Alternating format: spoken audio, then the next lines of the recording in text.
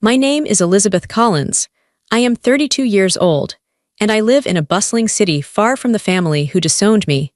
The golden doors of the Evergreen Resort Ballroom looked exactly the same as they did the night I left. But I was different. 11 years ago, I walked out of this building with a cheap suitcase and tears running down my face. Tonight, I walked in wearing a Valentino gown, holding the hand of my husband, Michael, and my son, Leo. I wasn't the failure daughter anymore. I was the CEO of a medical empire, but they didn't know that yet. I scanned the room. The music was loud, but my heart beat louder. Then I saw them. My sister, Grace, in her white dress. My father, Dennis, holding a glass of champagne. My mother, Margaret.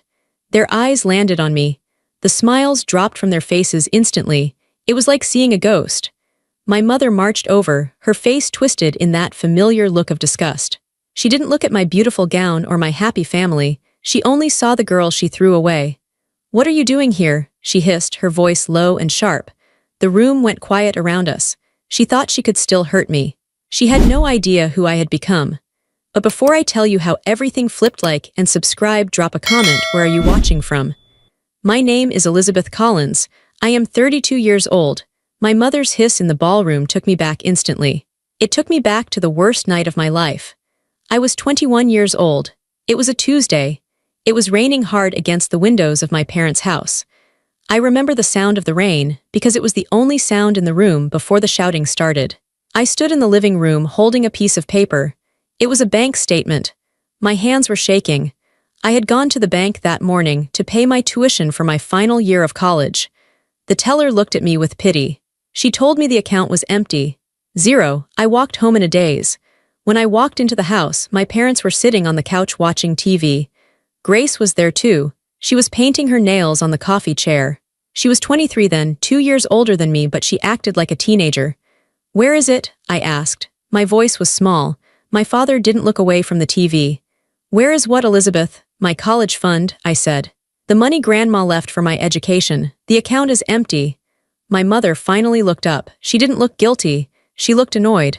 She took a sip of her tea and set the cup down slowly. "We had to move some things around," she said. "Move things around?" I stepped closer. "That was $40,000. That was for my degree. I have 1 year left. I can't register for classes without it." Grace blew on her nails. She looked bored. "God, Liz. Stop being so dramatic. It's just money." "It's not just money, Grace. It's my future," I yelled. My father stood up then. He was a big man, and when he was angry, he filled the room. "Do not raise your voice in this house, young lady." "You stole from me," I screamed. I couldn't stop myself. "Where did it go?" My mother stood up too. She smoothed down her skirt. Grace needed it. She was in a bad place. She needed a fresh start. We sent her to that wellness retreat in Bali, and then she needed a car to get to her internships. I looked at Grace. She was smirking. She hadn't had an internship in 3 years. She spent her time shopping and posting pictures online. "You spent my college tuition on a vacation for Grace?" I asked. I felt sick. My stomach twisted into a knot. "I have a 4 GPA. I am on the dean's list." Grace failed 3 classes last semester. "Grace is sensitive," my mother snapped. "She needs our support. You have always been. Harder, you can take care of yourself." "Grace needs help." "I can take care of myself," I laughed, but it sounded like a sob. "I am your daughter too. Why do you always choose her? Why does she get everything while I work my butt off?" "Because you are selfish," my father said. His voice was cold. "You have always been selfish. Calculating. You think you are better than us because you read your books and get your grades. You don't care about this family." "I don't care." Tears started to spill down my face.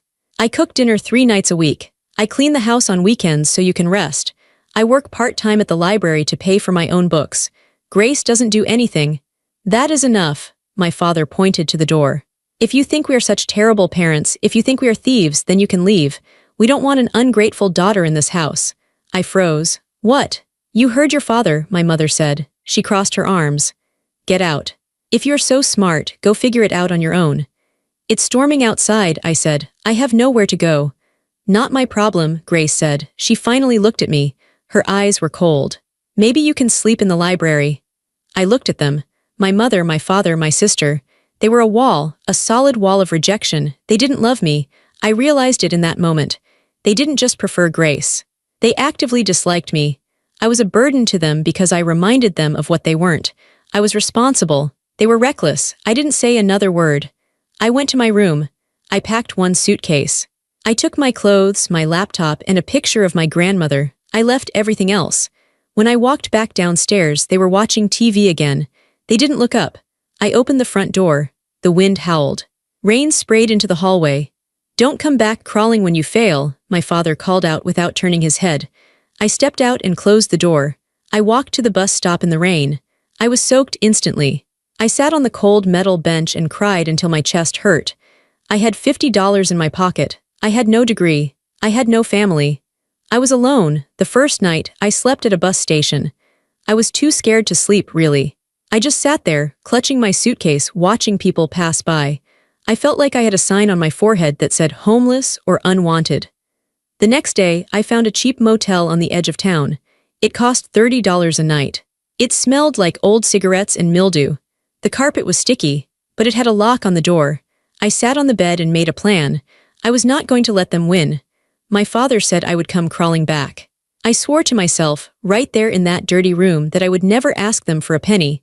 I would rather starve than beg them for help. I needed money, fast. I walked to every business within 5 miles. I asked for work. A diner called Pete's Place hired me as a dishwasher and waitress. The owner, an old man named Pete, saw my suitcase and didn't ask questions. $7 an hour plus tips, he said. "You start now." I tied on an apron. I washed dishes until my hands were raw and red. I waited tables with a smile, even though I was exhausted. I picked up extra shifts whenever I could. I found a tiny studio apartment above a garage. It had no heating in the winter and no air conditioning in the summer. It was freezing cold and boiling hot. But it was mine. I couldn't afford to go back to my expensive university. That dream was dead. But I didn't stop learning. I enrolled in the local community college. It was cheaper. I took night classes. My schedule for 3 years was brutal. 5 a.m., wake up, study. 7 a.m., 3 p.m., shift at the diner. 4 p.m., 7 p.m., classes. 8 p.m., 12 a.m., shift at a cleaning service, scrubbing office floors. I was tired all the time. My bones ached. I ate instant noodles every single day because they cost 20 cents a pack. I lost weight. My clothes hung loose on my frame. I didn't have friends. I didn't have time for them. When Christmas came, I spent it alone in my apartment. I watched movies on my laptop and ate a sandwich. I imagined my family eating a big dinner, laughing, probably making fun of me. Remember Elizabeth, the dropout? It hurt. It hurt so much. But the pain became fuel. Every time I wanted to give up, I remembered Grace's smirk. I remembered my mother saying, "Grace needs help." I transferred to the state university after 2 years. I got a full academic scholarship because my grades were perfect. I worked harder than anyone else. I sat in the front row. I asked questions. During my final year, I had an idea. I was studying biomedical engineering. I noticed that patients recovering from surgery often had complications because doctors couldn't monitor them once they went home. I started sketching a device, a small patch. It would track vitals and send data directly to the doctor's phone. It was simple, but no one had done it well yet. I called it MOVA. I worked on the prototype in the university lab at night. I slept 3 hours a night. I met Michael during this time. He was a medical student. He saw me sleeping in the library one morning. He bought me a coffee. "You look like you carry the weight of the world," he said. He had kind eyes. "Just my own weight," I said. He didn't run away when I told him I had no money. He didn't judge me when I told him my family disowned me. He believed in me. When I showed him the MOVA prototype, he didn't say it was cute. He said, "This is going to change medicine." I graduated summa cum laude, top of my class. My parents weren't there, they didn't even know. Michael was there. He cheered so loud people turned to look. After graduation, I didn't get a job. I built my company. Michael and I lived in a tiny apartment. We ate cheap food. We put every dollar into MOVA. I pitched my idea to investors. Most of them were old men. They looked at me, a young woman in a cheap suit, and they said no. "It's too risky," they said. "You don't have experience." But I was used to rejection. Rejection was my native language. I didn't stop. I kept knocking on doors. Finally, one investor said yes. We launched the product. It exploded. Hospitals wanted it. Doctors loved it. It saved lives. The money started coming in, first a little, then a lot. We moved out of the tiny apartment. We bought a house. We got married. We had Leo. I was happy, truly happy. But in the back of my mind there was always a shadow. My family, they were still out there. They thought I was dead or in jail or working at a gas station. I never called them, I never checked on them. But I knew this day would come. When the invitation to Grace's wedding arrived at my old college address, which forwarded mail to me, I almost threw it away. It was addressed to Elizabeth Collins. Not Elizabeth Ross, my married name. They didn't know I was married. They didn't know I was a CEO. The invitation was a generic pity invite. If you are around, feel free to come. No request for an RSVP. They didn't expect me to show up. Michael saw me holding the invitation. Are you going? I looked at him. I looked at our beautiful home. I looked at the life I built with my own 2 hands. Yes, I said, it's time they met the real me. So here I was, 11 years of pain, work, and silence later. Standing in the ballroom, my mother stood in front of me, blocking my path. She was wearing a beige dress that probably cost more than my first car. Her face was tight with anger. She looked at me like I was a stain on her perfect white carpet. I asked you a question, she said, her voice dropping to a harsh whisper so the guests nearby wouldn't hear. What are you doing here? Who invited you? I received an invitation, I said calmly. I reached into my clutch purse. I didn't hand it to her, I just held it up. Addressed to Elizabeth Collins. My father stepped up beside her. He looked older. His hair was completely white now. He looked at Michael, then at Leo, and finally at me. He didn't look happy to see his grandson. He looked suspicious. We sent that out of courtesy, my father grumbled. We didn't think you would actually have the nerve to show up. Look at you, you're making a scene. I'm not making a scene, I said. I'm standing here. You look. My mother looked me up and down again. She seemed confused by my dress. It was a Valentino. It was elegant, dark green, and tailored perfectly to my body. It wasn't something a dropout waitress could afford. Did you rent that dress? Are you trying to beg for money? Because if you are here to ask for a handout, you can turn right around. Grace appeared behind them. She looked beautiful in her wedding dress, but her face was pale. She stared at me with wide eyes. She didn't look like a happy bride. She looked like a child who had been caught stealing cookies. Liz, she squeaked. Hello, Grace, I said. Congratulations. You need to leave, Grace said quickly. She looked around the room nervously. You don't belong here. This is a high society event, Liz. There are doctors here, important people. You're going to embarrass me. Embarrass you? I repeated. Yes, everyone knows you, failed. Grace nervously touched her hair. Just go, please. I'll give you some cash for a cab. She reached for her purse on a nearby table. She was trying to pay me to leave. Again, just like they paid for her to have everything while I had nothing. Before I could answer, Michael stepped forward. He placed a hand on the small of my back. His grip was warm and steady. Keep your money, Michael said. His voice was deep and projected well. He wasn't whispering. My wife doesn't need your cash. My father frowned at Michael. And who are you? I'm Michael Ross, he said. He extended a hand, but my father didn't take it. Michael dropped his hand but kept his chin up. And this is our son, Leo. You got married, my mother said with a sneer. I suppose that's one way to survive. Find a man to take care of you since you couldn't make it on your own. I felt a flash of anger, hot and sharp, but I pushed it down. I didn't need to yell anymore. I didn't need to scream over the rain. Actually, Michael said, cutting her off. I don't take care of her, we take care of each other, but if we are talking about who pays the bills, you should know who you are speaking to. We know who she is, Grace snapped. She's my dropout sister. She is the CEO of Mova, Michael said. He said it clearly. The words hung in the air. For 3 seconds there was silence. My father blinked. Mova. The medical company. The medical technology company, Michael corrected.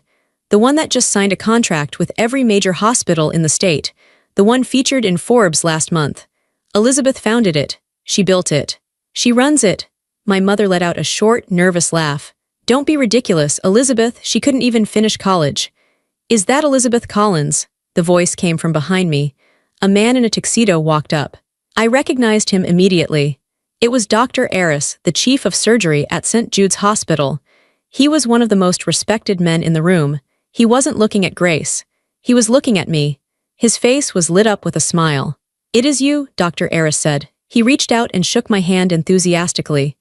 I saw you walk in, but I wasn't sure. The lighting in here is terrible. Mrs. Ross, it is an honor, truly. My parents froze. They watched Dr. Aris shake my hand like I was royalty. Thank you, Dr. Eris, I said, smiling professionally. It's good to see you again. Did you receive the new prototype we sent over? I did, it's brilliant, he gushed. He turned to my parents, who stood with their mouths slightly open. You must be her parents. You must be incredibly proud. Muva has revolutionized how we handle post-op care. Your daughter is a genius. A literal genius.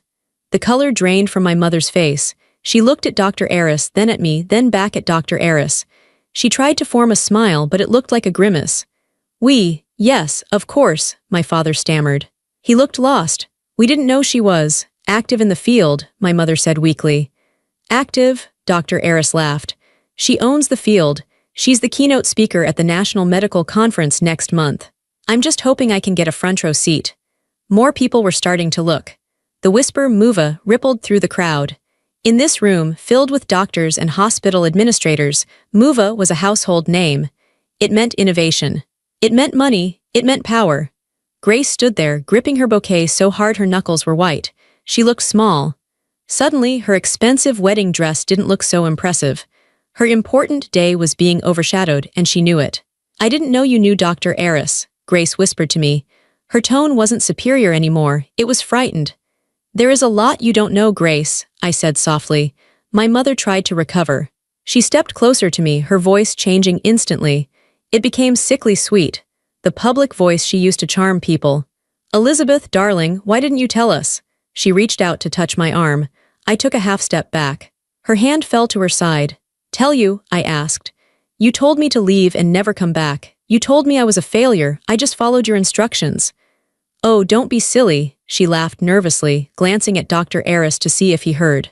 Families fight, it's what we do, but look at you, you're a success. Dennis, look, our daughter is a CEO. My father puffed out his chest. Yes, well, the apple doesn't fall far from the tree, does it?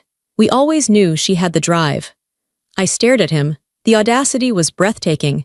They were trying to rewrite history in real time. They wanted to claim my success. They wanted to take credit for the woman I became, despite the fact that they had tried to destroy her. I didn't yell, I didn't call them liars in front of Dr. Eris. I just smiled, a cold, polite smile. I think the tree tried to chop the apple down, actually, I said pleasantly. My father choked on his drink. Dr. Eris looked confused for a moment, sensing the tension. Well, I don't want to intrude on a family reunion, but Elizabeth, please save a dance for me later. I have questions about the sensor integration. Of course, doctor, I said. He walked away. The circle around us felt different now. People were watching me with respect. They were watching my parents with confusion. Grace looked at her husband, Daniel, who was talking to a group of men across the room. She looked terrified that he would come over.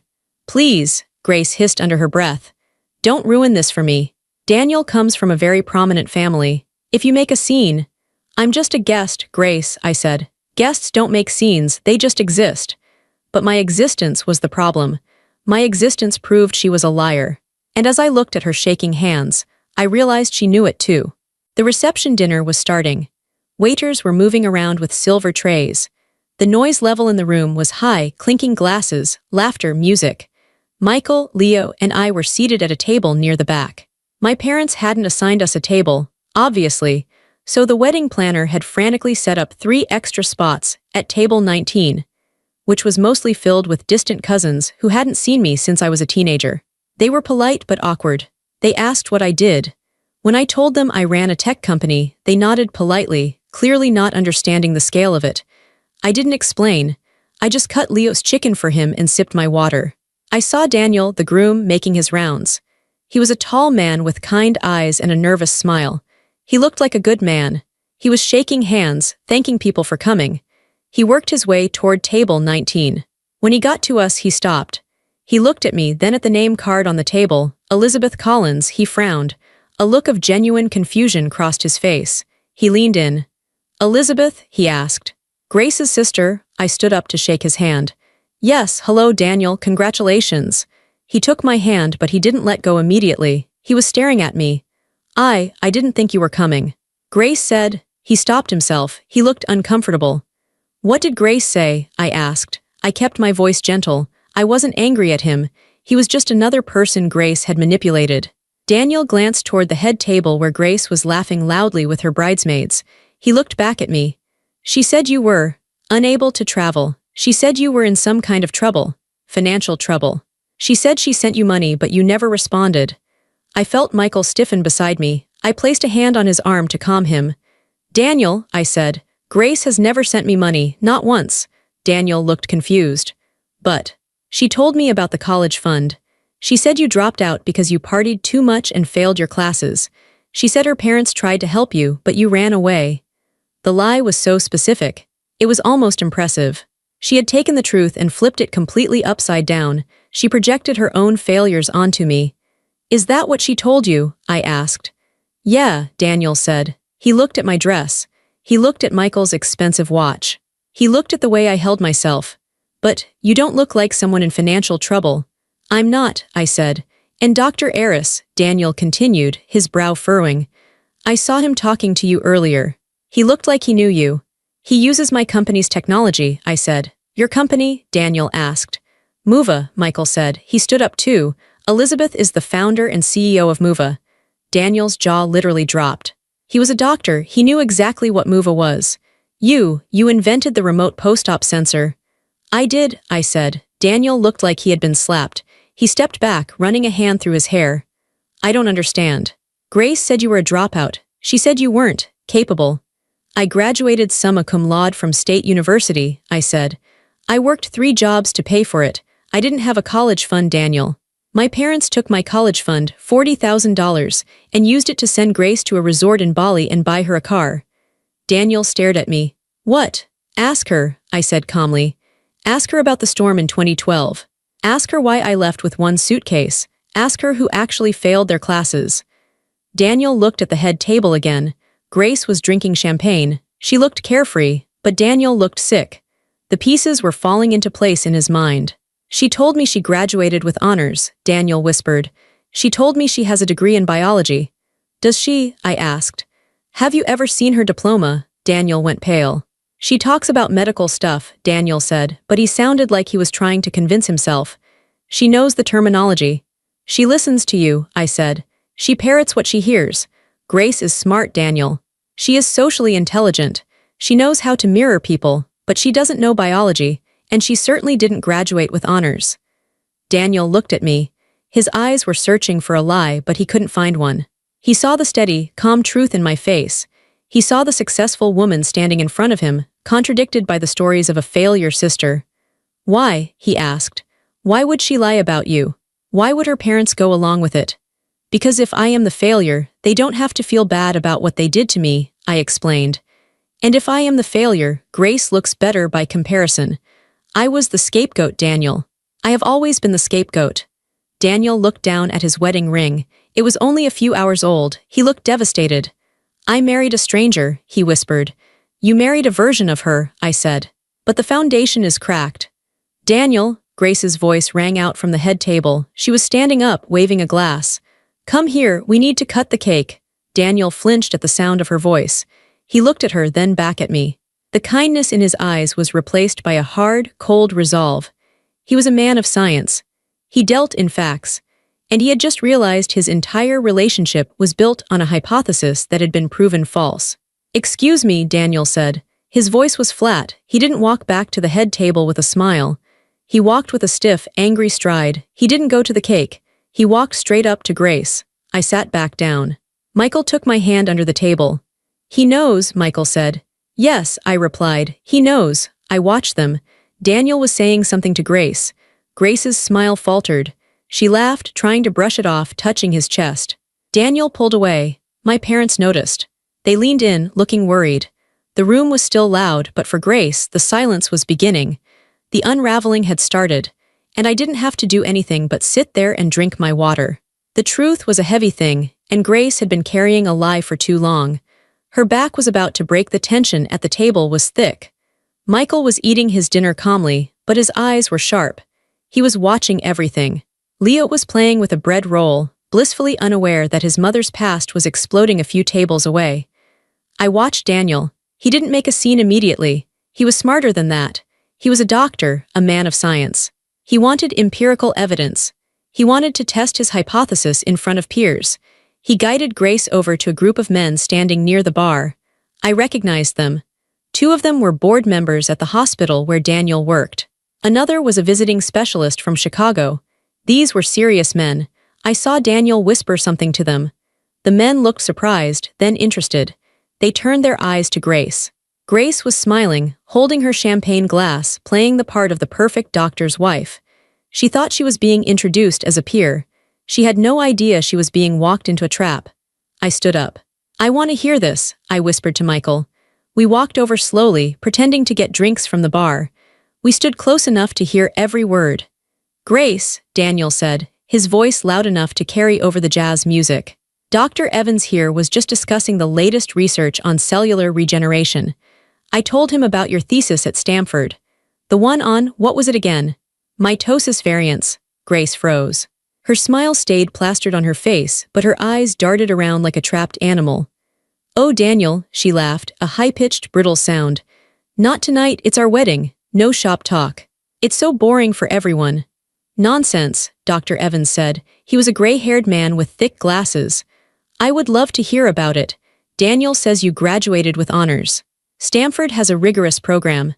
It was a long time ago," Grace stammered. She took a large gulp of champagne. "I've been so focused on other things lately. Charity work. You know, but surely you remember your thesis topic," Daniel pressed.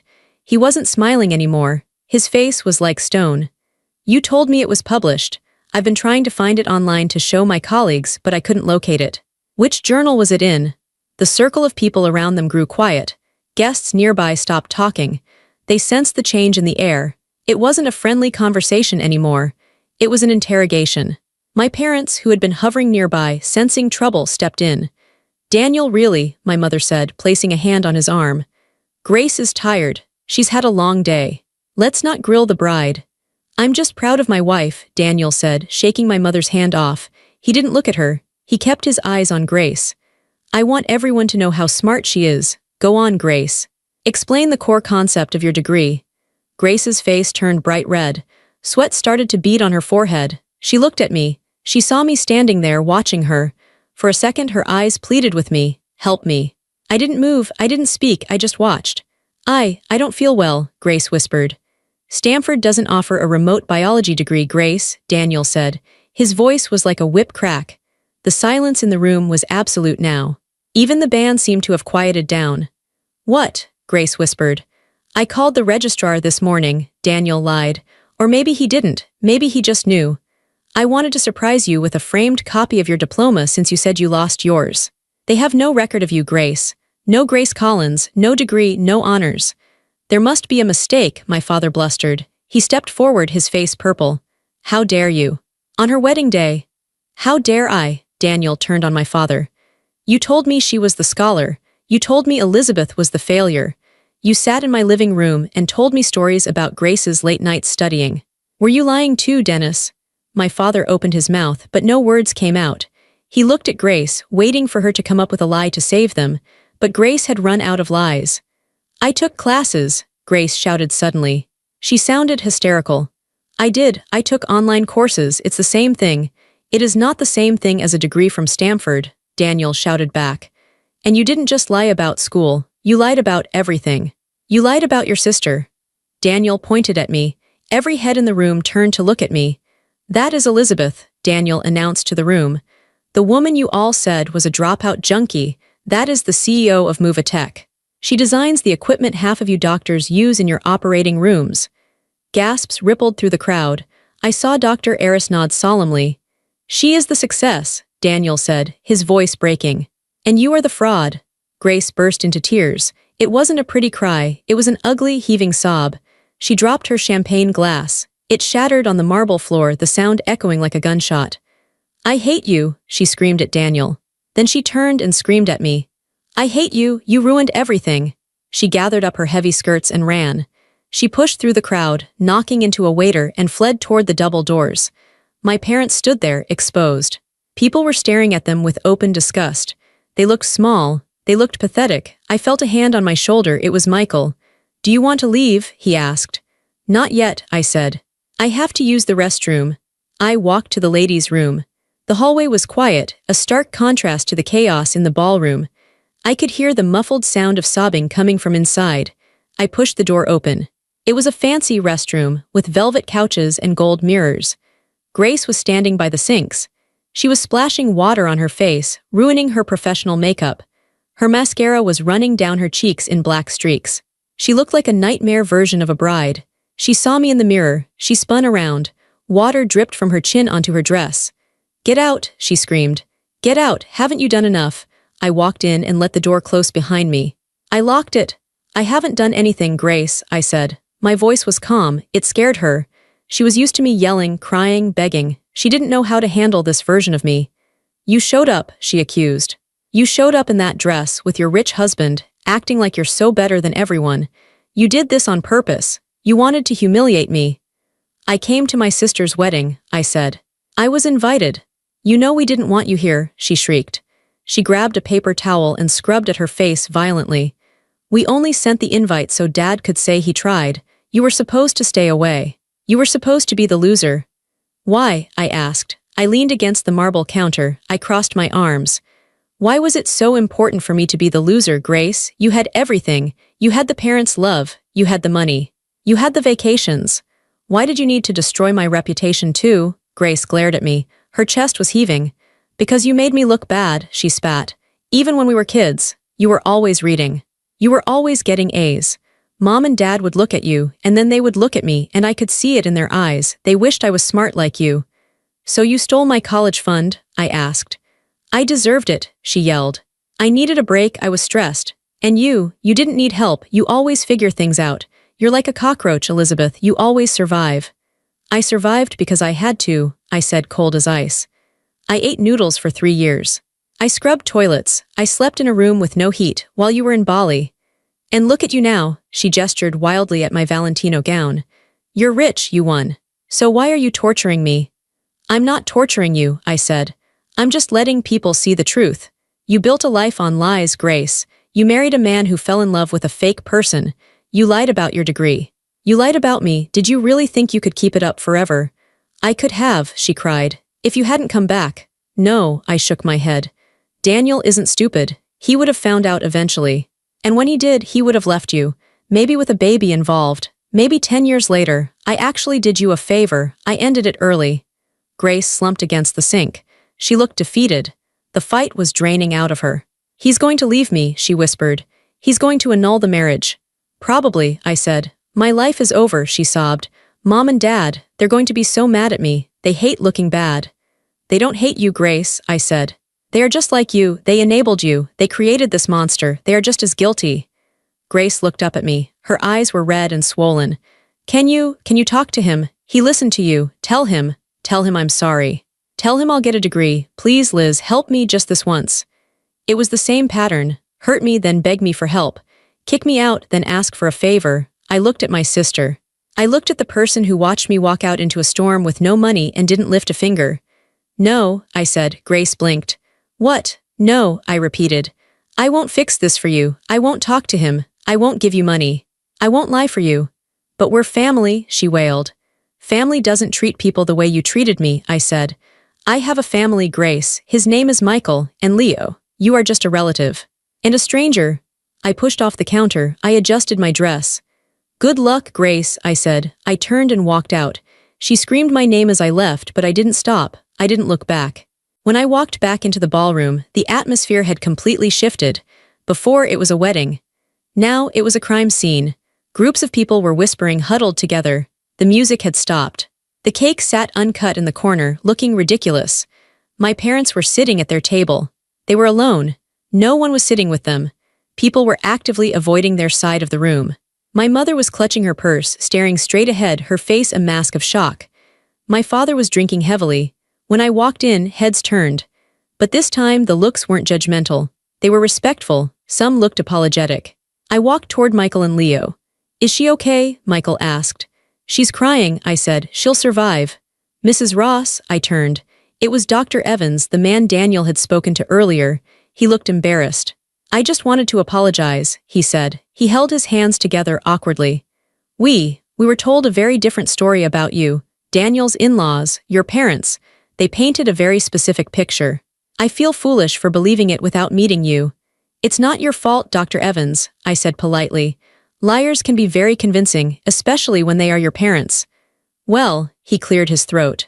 I know this isn't the time, but the board is very interested in the MOVA sensors for our pediatric unit. Perhaps we could set up a meeting next week, under better circumstances. Call my office on Monday, I said. My assistant will set it up. He nodded, shook my hand and walked away. I looked over at my parents. My mother saw me. She stood up. She started walking toward me. She had that look in her eye, the look that said she was going to try to manipulate the situation. She was going to try to smooth it over. She reached me and tried to smile. It was grotesque. Elizabeth, she said breathless. Thank goodness you're back. Grace is. Well, she's having a moment. High emotions, you know. But listen, we need to do damage control. Daniel is furious. You need to go talk to him.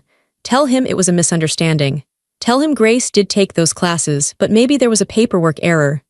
I stared at her. I couldn't believe it. Even now, with the wreckage all around her, she wanted me to lie. Are you serious? I asked. Elizabeth, please, she lowered her voice. This is embarrassing for the family. If Daniel leaves her, it will be a scandal. We have a reputation in this town. You have a reputation, I corrected her. I don't live here. Don't be spiteful, my father joined us. He smelled like scotch. We are your parents. You owe us some loyalty. We raised you. You raised me until I was 21, I said. Then you threw me out like garbage. You stole my money. You erased me. We did what we thought was best, my mother snapped. Grace needed us more. And now she needs you again, I said. Go comfort her. She's in the bathroom crying because her husband found out she's a fraud. Go fix it. That's what you do, right? You fix Grace. You are a cold-hearted bitch, my father snarled. Michael stood up. He towered over my father. He didn't say a word. He just stepped between me and him. My father took a step back, intimidated. I think we're done here, I said.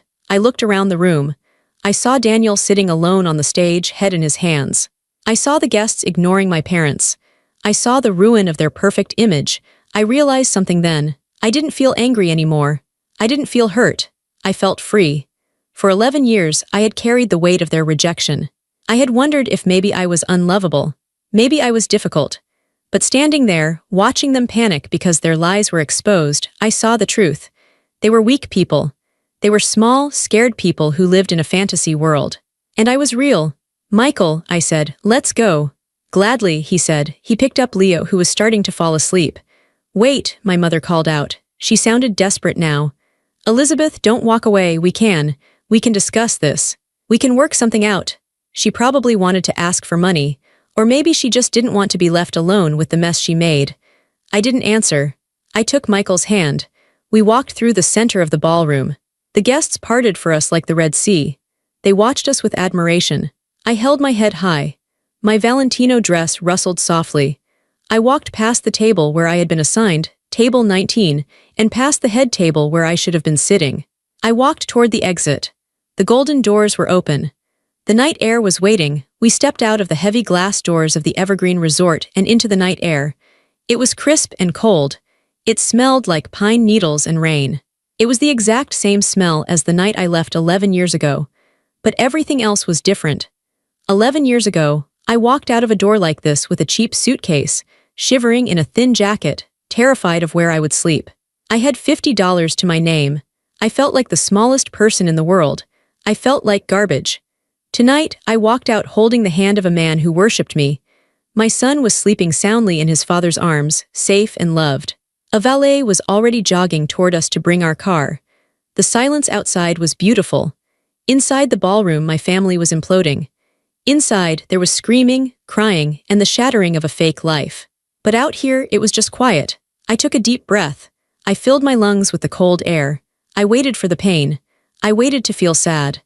I waited for that old, familiar voice in my head that used to say, "Why don't they love me? What is wrong with me?" But the voice didn't come. Instead, I felt a weight lift off my shoulders. It was a physical sensation. It felt like I had been carrying a heavy backpack full of rocks for a decade, and I had finally just dropped it on the ground. Michael looked at me as the valet pulled up in our car. He placed Leo gently into the car seat in the back. Then he turned to me. "Are you okay?" he asked. His eyes were searching my face. He was ready to comfort me. He was ready to hold me if I cried. I looked at him and smiled. It was a real smile. "I'm not just okay, Michael," I said. "I'm done." "Done? I'm free," I said. I spent so long trying to prove them wrong. I spent so long hoping that one day they would see me, that they would apologize, that they would realize what they lost. I looked back at the glowing windows of the ballroom. I could see silhouettes of people moving around frantically. But tonight, I continued, I realize they aren't capable of it. They are broken people. They aren't powerful monsters. They are just sad, small liars. And I don't need anything from them. Not their love, not their approval. Not even their apology. Michael smiled. He reached out and tucked a strand of hair behind my ear. You didn't just survive them, Liz, he whispered. You rose above them. You are miles above them. Let's go home, I said. We got into the car. As we drove away, I watched the resort disappear in the rearview mirror. I didn't look back with longing. I didn't look back with anger. I looked back like you look at a house you used to live in a long time ago, a place that holds memories but isn't your home anymore. My phone started buzzing in my purse. I pulled it out. It was a text from my mother. Elizabeth, you can't just leave. We need to present a united front. Daniel is talking about an annulment. Come back and help us fix this. Then another one from my father. Ungrateful girl, you ruined your sister's night. I looked at the messages. In the past, these words would have cut me like a knife. They would have made me cry for days. Now, they just looked like words on a screen. I pressed the block button on my mother's number. Then I pressed block on my father's number. Then Grace. I put the phone back in my purse. Who was that? Michael asked, glancing over from the driver's seat. Nobody, I said, just spam. I reached back and held Leo's tiny hand in the car seat. He squeezed my finger in his sleep. I had my family. I had my empire. I had my truth. I closed my eyes and let the hum of the engine lull me into a peaceful silence. The fallout happened quickly, just as I predicted. 2 weeks after the wedding, the news reached me through the grapevine of the medical community. Daniel had filed for an annulment on the grounds of fraud. It was granted almost immediately. He was a respected doctor, and the evidence was overwhelming. Grace had never graduated from Stanford. She had never even enrolled. The scandal was the talk of the town for about a month. In their high society circle, reputation is everything. My parents, who had spent their whole lives trying to look perfect, were suddenly the pariahs. They stopped getting invited to galas. Their friends stopped calling. They tried to reach me, of course. My mother sent letters to my office. I recognized her handwriting on the envelopes instantly. Elizabeth, please, we are family. We are suffering. We need financial help to deal with the legal fees. Grace is in a bad way. I didn't open them. I put them directly into the shredder. I wasn't being cruel. I was protecting my peace. I knew that if I opened that door even a crack, they would flood in with their toxicity. They would drain me dry and then blame me for being empty. I had set a boundary, and for the first time in my life, I respected myself enough to keep it. About 2 months after the wedding, my assistant buzzed me. Miss Collins, Dr. Daniel Brooks is here to see you. He has an appointment. I stiffened slightly. Send him in. Daniel walked into my office. He looked different than he had at the wedding. He looked tired, but he also looked clearer. He wasn't wearing a tuxedo. He was wearing a suit and a doctor's coat. He stopped in the doorway and looked around. My office was glass and steel, overlooking the city skyline. It was a symbol of everything I had built. It's an impressive view, he said. It helps me think, I replied. I stood up and gestured to a chair. Please sit down, Daniel. He sat. He held a folder in his lap. I'm not here to talk about them, he said. Good, I said. I'm here about the pediatric sensors, he said, tapping the folder. Dr. Evans told me you were open to a partnership with St. Jude's. I wanted to present the proposal personally. We talked business for 20 minutes. He was professional, sharp, and intelligent. He treated me with absolute respect. He treated me as a CEO, not as a failure sister. When we were done, he stood up to leave. At the door, he paused. She's back living with them, he said quietly. I didn't have to ask who he meant. Grace, he continued. She's back in her old room. Your parents are, well, they are miserable. They blame everyone but themselves. Mostly they blame you. I imagine they would, I said calmly. I just wanted to say, Daniel turned to face me. I'm sorry I believed them. I'm sorry I didn't check the facts earlier. You didn't deserve that. Thank you, Daniel, I said, but you don't have to apologize. You were a victim of their lies too. He nodded. You were right, about family. What do you mean? Family isn't blood, he said. Family is the people who tell you the truth, the people who actually show up. He left. I walked to the window and looked out at the city. I thought about Grace.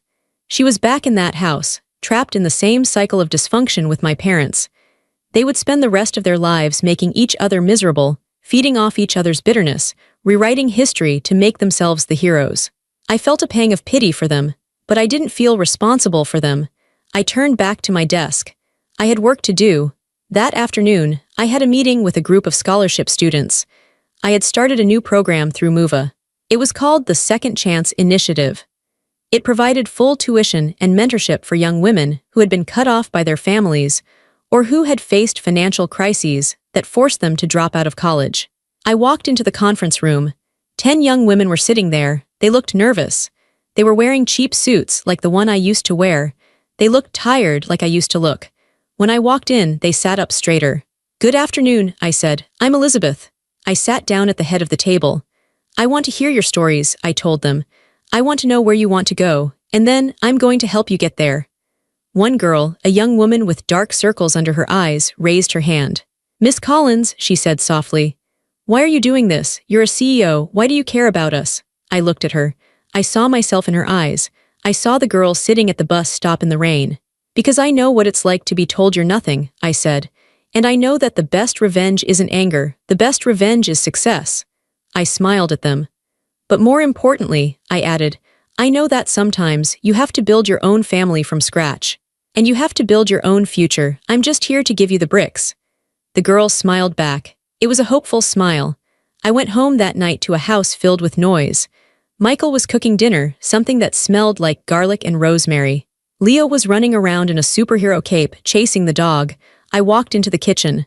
Michael turned and kissed me. "How was your day?" he asked. "It was perfect," I said. And it was. I didn't have the family I was born into. I didn't have the mother who baked cookies or the father who gave me away at my wedding. I didn't have the sister who was my best friend.